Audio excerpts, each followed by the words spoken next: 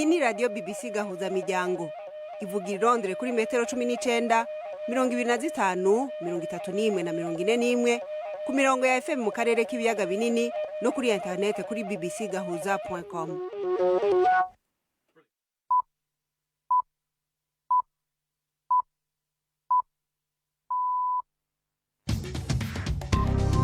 Ubu ni isaha 10 n'igice ku isaha mpuzamakungu ya GMT, isaha 12 n'igice mu Rwanda no mu Burundi, muri kumwe na Florentine Kwizera. Ndaramukije kandi ndabahaye ikaze mwese abakunzi ba BBC Gahuzamiryango. Turi ku munsi wa gatanu itariki 17 z'ukwezi kwa kabiri muri 2023. Izi ni zimwe mu ngingo zigize ikiganiro cacu. Mu Rwanda, inshuti n'abagenzi b'umunyamakuru Jean Paul Ndundineza bavuga ko bamuburiye irengero kuva mu ntango z'iyindwi. Icegeranyo gishasha c'ishirahamwe Amnesty International kirega abagwanyi b'umugwi M23 ko bafashe ku nguvu abagore n'abakobwa barenga 60 mu buseruko bwa Repubulika ya Demokarasi ya Congo. Ico caha co gufata ku nguvu kiraregwa kandi n'abari mu ntambara muri Tigray muri Ethiopia. Nizihe mpamvu zoba zaratumye Nyamugigima yaciye ku rubibe rwa Syria na Turkiya ihitana abantu benshi nk'uko vyabaye? Insiguro murayumva mu kanya. Tubafitiye n'abagiza muganga muri iki kiganiro gihagarikiwe na Mark Nyonkuru.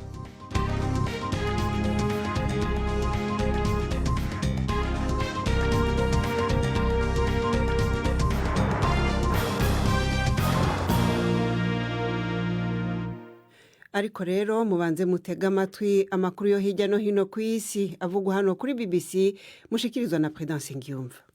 Muri Pakistani habaye igitero ku cicaro cya polisi mu mujyi wa Karachi. Abanyamakuru baravuga ko ikozanyaho ry'amasasu riri kuberayo ndetse ko humvikanye ibintu bivugwa ko ari amagerenade. Biravugwa ko abakozi bari kuri iyo nyubako bazimije amatara yose yo mu nzu banafunga imiryango yose y'urwinjiriro.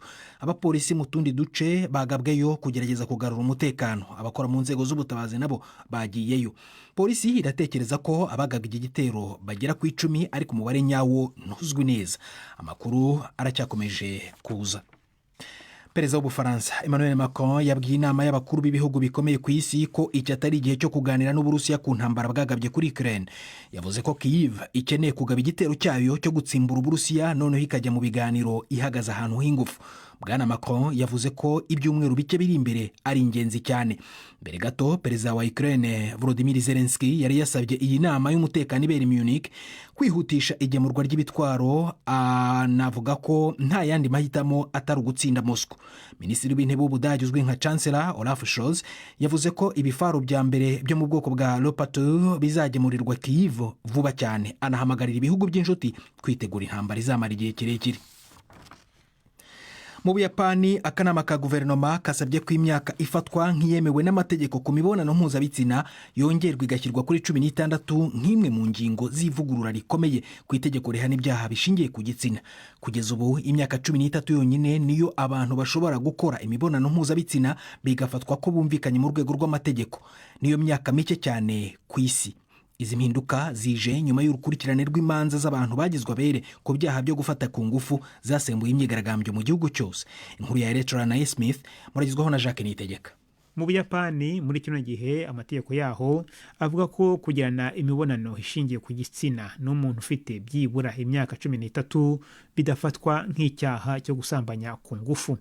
Ibi rero bivuze ko abana basambanyijwe ku ngufu bafatwa nk'abantu bakuru mu gihe inkiko zikatira ababibakoreye. Mu ngingo z'amategeko zitavugwaho rumwe kuri kino kibazo harimo ivuga ko urega agomba gutanga gihamya cyerekana ko wamusambanyije ku ngufu yakoresheje urugomo no kumutera ubwoba kugira ngo atabasha kumwikura. Impirimbanyi zivuga ko ibyo byonyine hari ugushinja abafatwa ku ngufu kudakora uko bashoboye kugira ngo biyake ababafata. Aya mavugurura yatangajwe azasobanura ibigomba kugenderwaho mu guca imanza ziregwamo abafashwe ku ngufu. N'amavugurura yakiriwe neza n'impirimbanyi nyuma y'imanza habaregwa gusambanya ku ngufu bagizwemo abere maze rubanda rukazamagana. intasi yo kuri ambasade y'ubwongereza mu mujyi wa Berlin mu Budage yagurishije amabanga ku Burusiya yakatiwe gufungwa imyaka irenga 15. Umucamanza mu mujyi wa London yavuze ko David Smith wari ushinzwe umutekano kuri ambasade yashakaga kwangiza inyungu z'ubwongereza. Ubushinjacyaha bwabwiye urukiko ko yari ashishikajwe no gushyigikira perezida Putin w'Uburusiya ndetse n'urwango afitiye ubwongereza. Polisi yatanze amakuru arambuye y'uburyo Smith waburanye yemera ibyaha aregwa yafatiwe mu iperereza ryarebaga Abarusiya babiri b'abaringa biyitaga ko bakorera inzego z'umutekano z'ubwongereza. Smith yabwiye urukiko ko ngo icyo yashakaga kwari ugukubita urushyi umukoresha we. Iyi ni BBC Gahuzamiryango yumva no kuri Kisoro FM muri Uganda no kuri bbcgahuza.com. Polisi i Lagos mu majyepfo y'uburengerazuba bwa Nigeria iravuga ko yaburijemo imyivumbagatanyo yabaye mu bice by'umujyi mu gitondo cyo kuri uyu wa gatanu. Yumvikanye amasasu ndetse imwe mu mihanda migari ifungwa n'abigaragambya. Polisi iravuga ko yagabye abashinzwe umutekano kubahiriza itegeko ndetse no kugarura ituze. Mu gihe hasigaye icyumweru kimwe gusa ngo amatora ya perezida abe muri Nigeria, ubushyamirane bushingiye ku ibura ry'inoti bukomeje kuzamuka. Inkuru ya Chris Ewoko muragezwaho na Jean-Claude Mwambutsa. Ibikorwa by'urugomo bisa n'ibyakajije umurego kuri wa gatanu mu gitondo mu gicumbi cy'ubucuruzi cya Nigeria byatumye bamwe mu bahatuye basubika gahunda zabo z'ingendo. Hariho ubwoba ko ibintu byazamba mu mujyi wa Lagos, ingorane zikiyongera muri iki gihugu aho ibintu bisanzwe bimeze nabi nyuma y'imyigaragambyo rusange mu mijyi ikomeye mu majyepfo ya Nigeria. Amakuru aravuga ko banki zimwe mu zikomeye zigifunze. Mu minsi ishize habayeho ibikorwa by'urugomo ubwo abantu bageragezaga kubona inote nshya z'amanayira akoreshwa mu gihugu. Ejo kuwa kane umukuru w'igihugu Muhammadu Buhari yagejeje ijambo ku baturage ategeka banki nkuru y'igihugu gusubiza ku isoko inote z'amanayira 200 kugira ngo zoroshye ubuhahirane.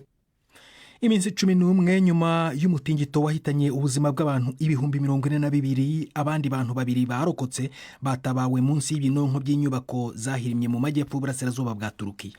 Ingimbi y'imyaka 14 n'umugabo w'imyaka 34 ubu bari kuvurwa n'abaganga mu mujyi wa Antakya. Ariko rero hari n'izindi nkuru ncamugongo. Abana 5 n'abanyasiriya b'ababyeyi babo barokotse umutingito mu cyumweru gishize bapfiriye mu nkongi yibasiye inzu bari barimukiyemo nyuma y'umutingito muri Turukiya. Icyateye umuriro ntigisobanutse neza. Ishyirahamwe ry'umupira w'amaguru ku isi FIFA ryasezeranyije gutanga imfashanyo ya miliyoni 1 y'amadolari mu bikorwa by'ubutabazi muri Syria na Turukiya. Florentine. Urakoze Prudence Ngiyumva kuri ayo makuru ya BBC.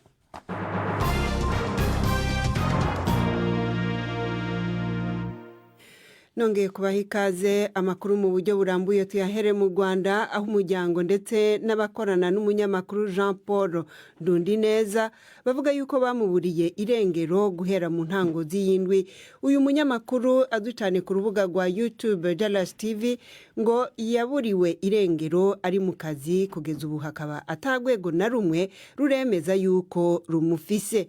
Umuryango ngo wamaze gutanga ikirego ariko kugeza ubu ntaco urabwirwa n'urwego rw'ubugenzacyaha. Reka inkuru tuyibaze mugenzi wacu Jean-Claude Mwambutsa ari Kigali. Umwe mu bo mu muryango wa Jean Paul Nkunzineza utashatse ko amazina ye amenyekana yabwiye BBC ko yabuze kuwa mbere mu masaa 7 y'amanywa ari mu gace ka Kiyovu ku mujyi wa Kigali. Ngo birashoboka ko yari mu kazi kuko yari muri imwe mu mahoteli asanzwe akoreramo ibiganiro byiganjemo iby'ubutabera. Umuryango wavuze ko wamaze gutanga ikirego cy'umuntu wabuze ariko ngo nta makuru urahabwa n'urwego rw'ubugenzacyaha. Ibura rya Nkundineza ryemezwa kandi nabo bakorana bavuga ko yaburiwe irengero kuwa mbere ari mu kazi. Yakundaga kugaragara mu nkuru zijyanye n'ubutabera ndetse n'akarengane. Uyu yabaye wa mbere gutabariza umwana w'imyaka 14 uherutse kuburanishwa ku cyaha cyo gucuruza ibiyobyabwenge. Hari amakuru avuga ko Nkundineza ngo yaba yakuwe mu Kiyovu akajyanwa n'abantu bamutwaye mu modoka igaragara ko ari ya gisivile. BBC yagerageje kuvugana n'urwego rw'ubugenzacyaha ndetse n'ubuvugizi bwa leta ariko ntibiradushobokera. Jean Paul Nkundineza y'imyaka 40 yakoze mu bitangazamakuru bitandukanye byandika ndetse na radio, akaba yari amaze igihe gito agaragara mu mashusho ku rubuga rwa YouTube Jalas Official. Kugeza ubu ntibiramenyekana niba ibura rye ryaba rifitanye isano n'akazi yakoraga. Jean-Claude Mwambutsa, BBC Gahuzamiryango i Kigali. icegeranyo gishasha c'ishirahamwe Amnesty International cemeza yuko abagwanyi b'umugwi M23 bafashe ku nguvu abagore n'abakobwa barenga 66 cane cane mu gace ka Kishishe mu buseruko bwa Repubulika ya Demokarasi ya Congo mu kwezi kwa 11 umwaka uheze. Ubu ni bumwe mu bugizi bwa nabi uyu mugwi wagirizwa burimo guhiga no kwica abantu. Ibiri muri ico cegeranyo ca Amnesty International bije kwiyongera ku rutonde rw'ibindi vyaha biregwa imigwi yitwaje ibigwanisho imaze imyaka iharugwa mu mirongo aho muri Congo. Umugwi M23 urahakana ivyo uregwa. Inkuru ya Ferdinand Omondi mwishikizwa na Jacques Niyitegeka. Icyo cyegeranyo kivuga ko inyeshyamba zo mu mutwe wa M23 zishe abagabo batari munsi ya 20 kandi zisambanya ku ngufu abagore n'abakobwa babarirwa muri mirongo biganje mu murenge mutoya wa Kishishe uri ku birometero 100 mu majyaruguru y'umujyi wa Goma. Mu biganiro batanze bimwe muri byo BBC yabonye abagore basobanura ukuntu inyeshyamba zagabye igitero kuri uwo murenge zikinjira ku ngufu mu mazu yabo zikabasambanya ku ngufu kandi zikica abagabo babo. Umwe mu bayobozi bo muri ako karere utarashatse ko umwirondoro we umenyekana yabwiye BBC ko yiboneye n'amaso ye abagore n'abana bahunga kandi yunze mu rya Amnesty International avuga ko abafashwe ku ngufu batarimo kwitabwaho mu by'ubuvuzi ku buryo buhagije usibye guhabwa gusa imfashanyo y'ibanze. Ariko umutwe wa M23 uhakana ko abasirikare bawo basambanyije abagore ku ngufu Ikishishe. Umukuru wawo mu rwego rwa politiki Bertrand Bisimwa yamaganye ibyo birego yise icengeza amatwara. Yabwiye kandi BBC ko umutwe ayoboye ushimangira ko hagombye kubaho iperereza ryigenga kugira ngo ukuri kujye ahagaragara. Inkuru ya Ferdinand Omondi. Tuje mu makuru ya nyamugigima zaciye ku munsi wa mbere w'indwi heze muri Turkiya na Syria zigasasika inganda. Ubu abamaze kumenyekana yuko zahitanye bageze ku bihumbi birenga 42. Nyamugigima yabanje kumvikana ubwa mbere yaturutse mu gisagara ca Gaziantep. Yarayifise umurindi wa 7.8 ku rugero rwa Richter, ikurikirwa n'izindi zirimo igomba kungana nkuko mu bukomezi. Ariko ni kubera iki izo nyamugigima zahitanye abantu benshi gutyo? Twifashishije ubusesenguzi bwa Jean Apollinaire Kiyori, umurundi akora mu bijanye no gukinga ibiza mu gisata kijejwe gukingira ibidukikije hano mu muji wa London. Shobora kuva ku mpamvu ahanini novuga zitatu. Ubwa mbere ni ingene iyo nyamugigima yari ifise ubushobozi bukomeye bijya bita magnitude, yari ifise hafi 7.8. Iyo yadutse ahantu hadakomeye usanga kumbure uko isi yaho iteye irashobora guhitana abantu benshi, igahitana ubuzima bwinshi n'amazu menshi, eka mbere n'ibidukikije vyaho naho nyene bikahaburira ubuzima. Hama ikindi ni ingene nk'igihugu ca Turkiya canke ca Syria vyari vyiteguriye kugira ngo vyitegurire ibiza na cane cane bijanye na nyamugigima. Kumbura ushobora gusanga muri Turkiya aho hantu batari bazi yuko ukuntu isi yahiteye bishobora guhitana abantu benshi. Ningene bari bubatse amazu, amagorofa, ibintu vyari vyubakishijwe bimwe twita mu Kirundi kubakishwa inzu za kijambere zikomeye zishobora no guhagarara kuma zihagaze ko ziranyiganyiga canke zigasambuka gatoyi, ariko ntiziteyemo ntizipfa gutembuka canke ngo abantu barimwo babura ubuzima. Ibi twarabibonye nko mu gihugu giteye imbere c'Ubuyapani canke washaka n'ikindi gihugu ca Costa Rica aho habaye nyamugigima ifise uburemere nka burya, ariko abantu bapfuye ni bake cane ntibashitse na 20. Ikindi ni ibintu bijanye no kubarira abantu hakiri kare, mwe twita early warning, ingene zari zikoze. Kumbure ntizari zihari canke zinimba zari zihari ushobora usanga zitakoze canke abantu bazikoresha ugasanga kumbure ntibari bafite ubuhinga n'ubumenyi bushoboye bwo kubikoresha. Urabona ibikorwa byo gutabara ingene biriko biragenda, mubona bimeze gute? Hari icari gikwiye gukorwa kitariko kirakorwa muri kino gihe? Ego turabona ko amakungu yavyitayeho, mugabo turabona yuko mengo Turiki nayo kumbure ngira ngo ntiyari yiteguye neza. Ugiye kuraba mu bihugu byashikiwe nk'ibyago nka bijya urakunda kubona nk'urwego rw'igisirikare rujamwo kubera rufise inguvu nyinshi, rufite abantu benshi, rufite ibikoresho byinshi, ariko ugiye kuraba ku rubuga ubona umengo Turikiya ntiboneka cyane, ahubwo haboneka ibihugu canke amashirahamwe mpuzamakungu ari hajya ariko arafasha abantu kugira baronke ibyangombwa, ari amazi, ari imiti, impuzu canke ibifungurwa. Kusanzwe uturuka hariya mu karere k'ibiyaga binini, nk'isomo bashobora kuhigira niri ni ibintu bijanye no kwitegura. Nk'iyo bagiye kubaka ahantu bariko bavuga ati ngaha tuhashire nk'igisagara canke amakartier, akwiye kuba ivyigwa bikomeye, hanyuma amategeko n'ivyo baba bashitseko birakurikizwa. Nko muri Turiki yega amategeko amwe yo kubaka amazu akomeye ajanye n'uburyo bwa kijambere nuko ashobora guhangana na nyamugigima yo yarahabaye, mugabo ugasanga kumbure bajya abantu bubaka amazu, aba architect cyangwa aba engineer, ugasanga barahawe ibiturire na banyina amazu bakabahenda, canka baje gukontrola ibiki, ugasanga babahaye ibiturire, inzu bakazisinyira ko zimeze neza kandi zikwijije uburyo n'ibisabwa, kumbura atarizo. Ivyo rero aba ari ukwihenda cyane, kuko nyamugigima nta giturire yakira. Iyije ivyo byose biregarega canke bidakomeye biraboneka, bica vyigaragaza n'ingene bigenda, ukaraba ubwinshi bw'amazu aba yahabomokereye na cyane cyane n'ubuzima bw'abantu buba bwahahereye. Ikindi naco nkariya bokora ni ukugurura amasantre d'education, niko novyita, ahantu abantu bakarihiza ubumenyi, hama bishitse bakagira n'imigambi y'ingene bashobora gusubiza ibintu mu buryo, n'ingene kandi bashobora gusubira mu buzima bundi busanzwe, kwigisha abanyagihugu, hanyuma bagashyiraho umugambi wo kwikingira. Jean Apollinaire Kiyori arakenuye. Tugeze ku isaha imwe buri minota 14 mu karere k'ibiyaga binini.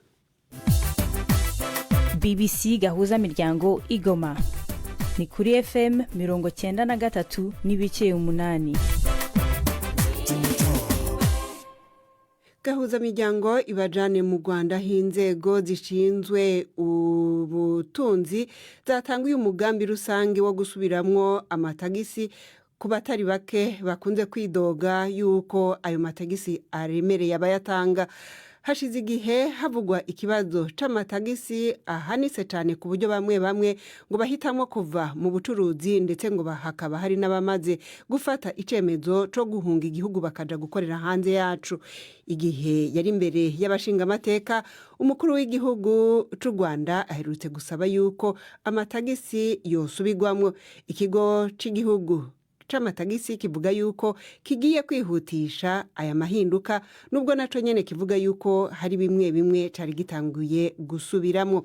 Reka inkuru tuyibaze mugenzi wacu Jean Claude Mwambutsa. Ibibazo bitandukanye bambwira bijyanye n'imisoro. Muri misoro Ijambo rya Perezida Kagame mu nteko ishinga amategeko rifatwa nk'imbarutso y'aya mavugurwa ku misoro. Ijambo yavuze nyuma y'igihe kinini abacuruzi, abahembwa imishahara n'abasorera imitungo nk'amazu bavuga ko imisoro ikabije kuba hejuru cyane. Twasoraga 13,840 n'ibiceri ntibuka, hanyuma tugiye kudekarira ejo bundi ngo dusore dusanga byageze mu 53 nanje. Nge navuyeyo ntanasoze, ndataha ntegereza impinduka. Tuzabirekeraho aho tuzakenera kuzajya kwimuka, n'undi wakwimuka ujyayo ko n'ubundi icyo gihe uri mu misoro myinshi, icyo gihe n'ubundi imisoro iragufata. Kereka ngabongejeho nk'ikimwe cya kabiri nkagurisha, leta yadutwara ubutaka. Niko biteguye ngo niba utabugurishije utanga ibya leta tuzabutwara. Mu Rwanda habarurwa bwoko butandukanye bw'imisoro. Hari umusoro ku mushahara w'abakozi ushobora kugera kuri 30%, hari umusoro nyongeragaciro cyangwa TVA, ndetse n'umusoro ku mitungo itimukanwa nk'amazu. Impuguke mu by'ubukungu Bwana Teddy Kaberuka yabwiye BBC ko ikibazo cy'imisoro iri hejuru cyariho koko, kandi ko imisoro nk'iyi ishobora kudindiza ubukungu. Ica intege ishoramari. Icya kabiri, itera ubusumbane hagati y'abakire n'abakene, kubera ko abakene basigarana make ku buryo atabasha no kugira icyo ababashisha. Uko imisoro aba ari hejuru ni nako ibyago byo gukwepa imisoro byiyongera gutya, kubera ko umuntu aba atabasha kuyishyura, barwana no gukwepa imisoro, hari abasigiramo ibirarane, ariko habamo na fraude nyinshi zituma ahubwo leta na yandi ari kubona itayabona. Uretse abacuruzi, iki kibazo cy'imisoro cyakunze kuvugwaho n'ibindi byiciro by'abantu nk'imiryango irengera abaguzi ndetse n'abanyapolitiki batavuga rumwe n'ubutegetsi.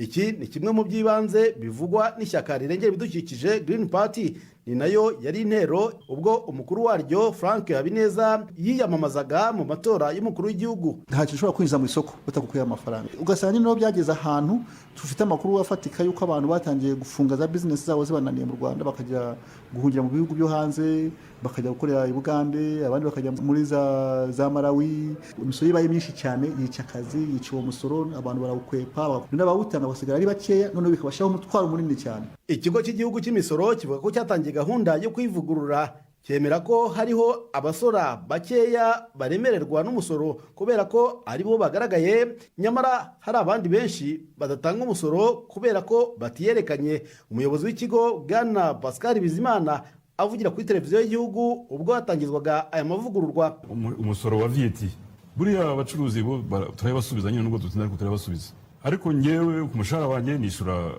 umusoro ku mushahara, najya guhaha akantu kose bakanca umusoro wa VAT. Ni gute VAT? Kuko buriya VAT ikenesha abaguzi. Mfite mu mushinga dufite wa VAT turashaka kureba ikintu cyitwa VAT rebate, ni amafaranga tuzajya dusubiza umuguzi wa nyuma kuri VAT bamuciye. Birashoboka ko aya mavugurura yafata igihe kirekire, ariko benshi mu basora ngo niyo bategerejeho amakiriro. Bwana Fabien Harindimana ni umucuruzi mu karere ka Kamonyi. Umusoro nugabanuka, niba nacuruzaga ibintu 500,000 mbe nacuruza miliyoni bitewe n'ubwinshi bw'abaguzi. Noneho nanjye bikamfasha kuko nk'uwenda araho bigera ibintu byatubana byinshi, nkaba nahagarika abakozi. Nta gihe ntarengwa kizwi aya mavugururwa azaba yarangiriyeho, ariko birashoboka ko byafata igihe kirekire kuko hari igihe yakurikirwa n'amategeko mashya azaca mu nteko ishinga amategeko. Jean Claude Mwambutsa, BBC Gahuzamiryango, i Kigali.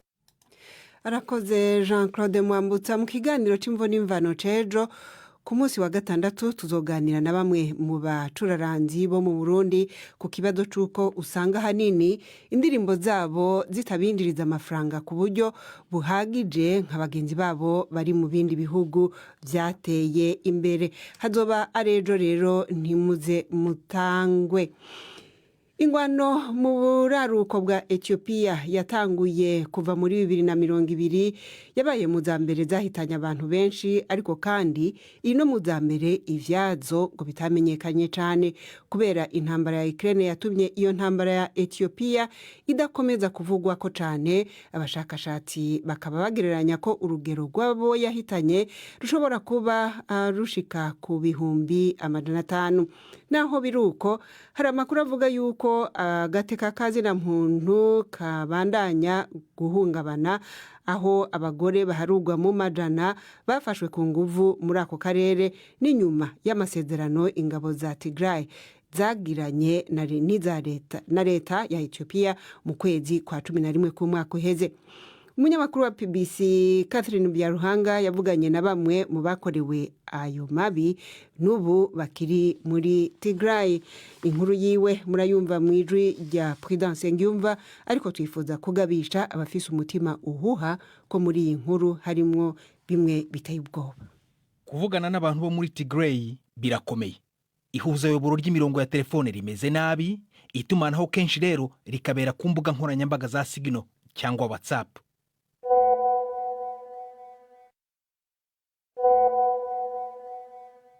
Birakomeye kumenya umubare nyawo w'abantu bafashwe ku ngufu, ariko imibare yo ku kigo cy'ubuzima BBC yabonye yerekana ko abarokotse bashobora kuza kwa muganga babarirwa muri magana. Benshi mu bakorewe ihohoterwa bashinja abasirikare ba Eritrea barwana ku ruhande rw'ingabo za guverinoma ya Ethiopia. Mu kwezi kwa 11 k'umwaka ushize amasezerano y'amahoro yashyizweho umukono, ariko ihohoterwa rishingiye ku gitsina ryo riracyakomeje kuba. Twavuganye kuri telefone na bamwe mu bantu baherutse kurokoka ibikorwa by'ifatwa ku ngufu muri Tigray. Twahinduye amazina yabo kugira ngo umwirondoro wabo utamenyekana.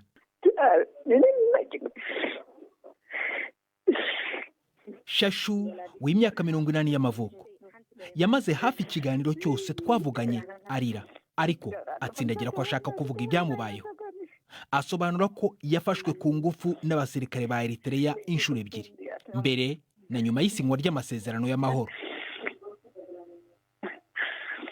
Nababajije icyo nakoze kugira ngo nkorerwe ibyo. Baravuga ngo ugomba gufatwa ku ngufu hanyuma ukicwa. Ndongera ndahohoterwa. Mu gihe bamfataga bagumaga bavuga ngo ntimuruta imbwa, tuzarimbura abagore bo muri Tigray nkaho mutigeze mubaho. Bankurura hasi banankubita ari nako bamfata ku ngufu.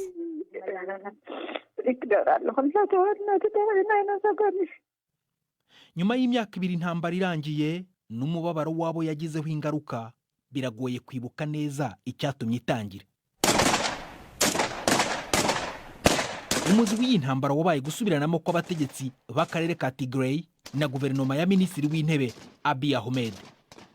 Imirwano hagati y'ingabo za guverinoma ya Ethiopia n'iz'akarere ka Tigray yakomeje mu tundi duce twa Ethiopia mu kumashanira ubugenzuzi bwa Tigray.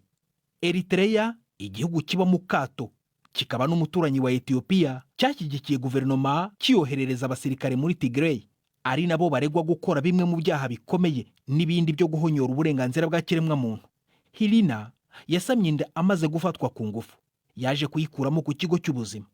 Avuga ko yafashwe ku ngufu n'ikivunge cy'abamuhohoteye bamufatiraho imbunda igihe yavaga ku kazi nijoro atashye. Yashoboye kumenya abamuhohoteye ko ari abanya-Eritrea kubera imvugo yabo ndetse n'imyenda bari bambaye. Ubwa mbere bamfatiye ko inkoho bavuga ngo niwatekereza ntaco tugutwara, ariko ukigwanira turakwicira ngaha nyene. Narabasengasenze ndababwira yuko mfise abana 3, bari abantu 2. Nababwiye yuko bashoboye gukora ico bifuza cose, ariko ndabinginga ngo ntibanyice. Bantegetse gukuramo agahuzu k'imbere. Leta Zunze Ubumwe za Amerika, Umuryango w'Ubumwe bw'Ibihugu by'Uburayi EU n'Umuryango w'Ubumwe bw'Ibihugu bya Afurika AU byakomeje gusaba amahoro muri Tigray. Usibye gushyira umukono ku masezerano yo guhagarika intambara, impande zose zanasezeranye kwamagana ibikorwa by'ihohoterwa rishingiye ku gitsina.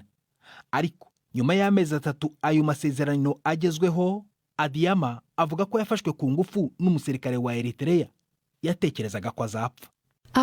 Bari 4, ariko umwe niwe wamfashe ku ngufu. Bari bafite umugambi wo kunyica, ariko bahita bagenda. Ese aba bagore bazabona ubutabera? Perezida wa Eritrea Isaias Afwerki umaze imyaka isaga 30 ku butegetsi, muri uku kwezi yakoze ikiganiro mboneka rimwe mu ruhame. Mu rugendo rw'akazi yarimo muri Kenya, yahuye n'ibintu atamenyereye mu buzima bwe: kubazwa ibibazo bikomeye n'abanyamakuru. Yagaragaye arakaye aninuba igihe yahakanaga ibyaha by'ubugome biregwa ingabo ze muri Ethiopia.